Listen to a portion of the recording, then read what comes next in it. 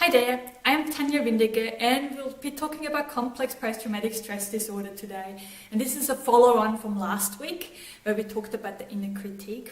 We're creating some awareness about it, about the thoughts and how these thoughts actually belong to our abuser, our abuser's voices. So this is part 2, still on the inner critique or the demons in my head. That's what I like to call them because I think that describes them a lot better. And today I have some cards. I was pretty excited because I actually have rainbow colours. So I have those today because, as you know, I have complex post-traumatic stress disorder myself, and there are times where I struggle to stay focused. So those cards will help me to get through and so I don't forget stuff. So the inner critique, as we said, it is pretty much, you could explain it a bit like going out into the sun without protection, you will get sunburned. Okay? Growing up and the harsh criticism, emotional abuse without protection, your sense of self is going to get burned. Okay? And it's so sad. I hear from so many people that they go and see counselors, psychologists, and even psychiatrists, and they don't really seem to get, even knowing they're professionals in the field, they don't seem to get how damaging that actually is. And it's not even just that I felt like I had a fragmented sense of self. There was times in my life where I felt like I had no sense of self whatsoever. But that's a totally different topic, so I stay focused. The inner critique, demons within, we're talking about today, but it is very devastating. So this is what I really, really want you to listen to this today. So the very first one is thoughts are only perceptions. Really think about it, because every sentence we make is just a string of words, a string of letters. You know, I can say, I love going to the movies. I love this meal. This tastes delicious. I am scared of going outside. All these are just statements. They are perceptions of myself. Someone else might perceive the exact same thing in a totally different way. So they are perceptions. They're not facts. They're not truths. They're not reality. Okay? They're just a string of words, perceptions. Really, really crucial. And while we were at this, I even had emotions coming up, writing it down, replacing negative thoughts. You know, I've been through sessions like with psychologists, and I've done workshops, I read books on this, replacing negative thoughts. And I so wanted to put a line through this statement because it doesn't really work. Okay, I think it's good to try, and maybe don't go to the extent as what I did. I spent years on it. I had notebooks full of trying to write all these negative thoughts down and replace them with positive ones. And it didn't make that inner critique go away. It didn't shut up my demons. It did not work. It was all the same. Actually, the contrary, I felt worse about myself. I felt like that my effort didn't work, so it must be all true. It's not, okay? This is just another sign that this is a truly much deeper effect, all this trauma and abuse, that you could just go and replace one thought by another and those demons wouldn't come back up. So that exercise is good for a short time, but don't get stuck on that exercise and believe that by replacing those thoughts that's just going to make it magically appear. It's not going to happen. So instead, maybe you could try and at least try and get some distance from those statements and those messages. And one way of doing this is by actually making this from an I statement to a you. Instead of I am, you are. And then you can be like an observer and observe those statements, right, and get a bit of distance and see that they really truly are just perceptions. And that's not the one and only truth about yourself. Even knowing if you have no idea who you are, like myself, I just truly didn't know. And I still sometimes don't. But in all that struggle, no matter how loud and intrusive that inner critique is, and how, if those demons throw the biggest tantrum, you still have to have self-compassion. regardless. Choose to accept yourself, and that, I can't say it, but that was one of the hardest things, and still is today, that it's just so hard to be kind to myself.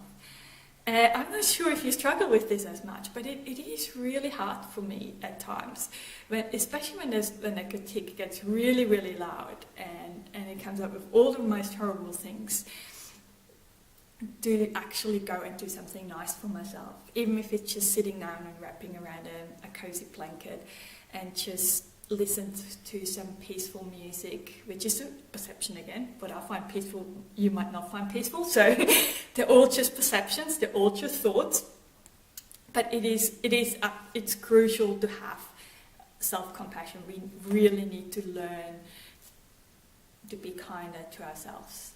And it is so hard because we didn't grow up having that experience, that nurturing, that loving and caring, and having that kindness, other people being that kind to ourselves. So, and I guess if it is a real struggle, you could also choose to think about, if a friend would come up to you and tell you that that's how they think, if they have all these demons in there, what would you say to them? If you can't do it for yourself, imagine it's a friend saying all these statements when you change them from the I to you statements. So how would you advise them? What would you tell them to do? How could your friend show self-compassion to themselves? And there's another exercise I did, and it was so hard. I actually felt nauseous.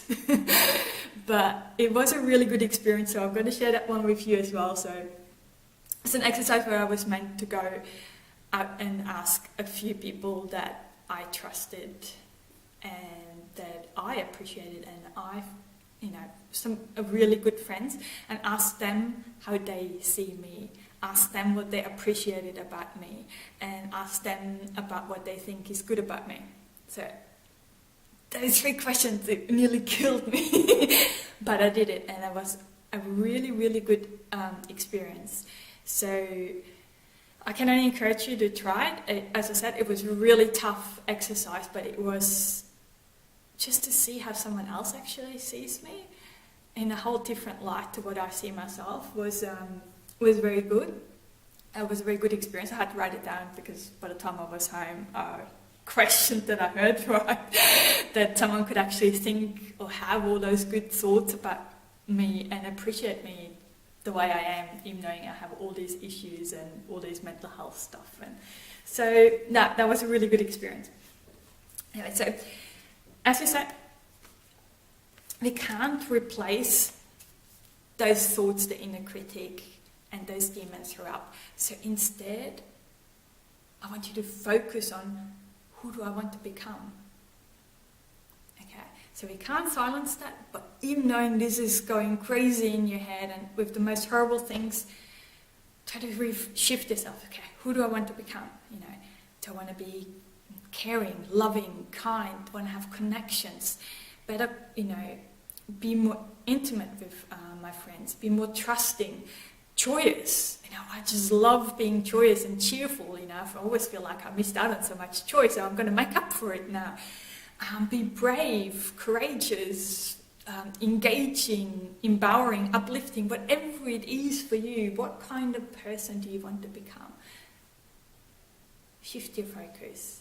And then ask yourself, what could be one little thing that you could do towards that person that you want to become? So another focus could be, what is actually important to you? That is something that I was really struggling with, because not only did I not know who I was, I did not know who I wanted to become. I was like, I had no idea what was important to me. So I had to do a lot of journaling and thinking about, what it actually is. But by doing this, I retrained my brain over the years. So even if there's inner critique, even though the horrible messages come up, I can refocus myself into the here and now and what's important to me in the future and where I want to go and who I want to be and who I want to grow into.